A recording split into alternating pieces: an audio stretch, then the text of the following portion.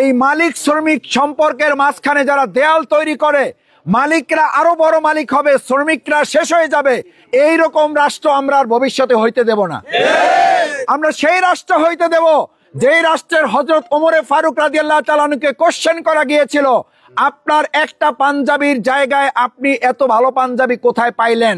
এই প্রশ্ন করার মতো অধিকার যে রাষ্ট্রে থাকবে, আমরা সেই রকম রাষ্ট্র প্রতিষ্ঠা করব। আমরা সেই রাষ্ট্র প্রতিষ্ঠা করব একজন মালিক যেরকম থাকবে, অধিকার অনুযায়ী ন্যায্যতার ভিত্তিতে একজন শ্রমিককে যেন শান্তিতে বসবাস করতে পারে। সুতরাং আজকে আমরা সেই শ্রমিক ভাইদের কাছে এসেছি, পর্যায়ক্রমে জামাত ইসলামীর নেতৃবৃন্দ আমরা আজকে এটা উদ্বোধন করতেছি।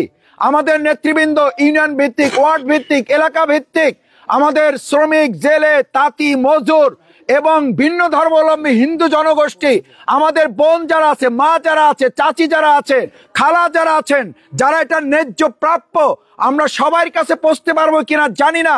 আমরা আল্লাহর কাছে তৌফিক কামনা করি, আল্লাহ আমাদের যতটুকু সামর্থ্য আপনি দিয়েছেন, আমাদের সামর্থ্য আপনি বৃদ্ধি করে দেন।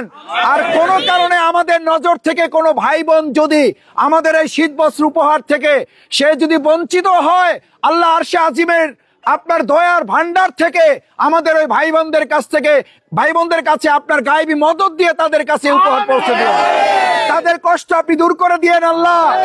আল্লাহর কাছে সেই দোয়া করে আপনাদের কাছে দোয়া চাই, এই খেদমত গুলো আমরা মেম্বার হই, চেয়ারম্যান হই না হই, দফাদার চৌকিদার হই না হই, আমরা এমপি মন্ত্রী হই না হই, আমরা যেন আল্লাহ সন্তুষ্টির উদ্দেশ্যে ওয়াফআলুল খায়র, আল্লাহর নির্দেশ, আল্লাহর জমিনে জনগণের কল্যাণে তোমরা কাজ করো, এটাকে ইবাদত মনে করে আমরা যেন এই কাজ চালাই যাইতে পারি।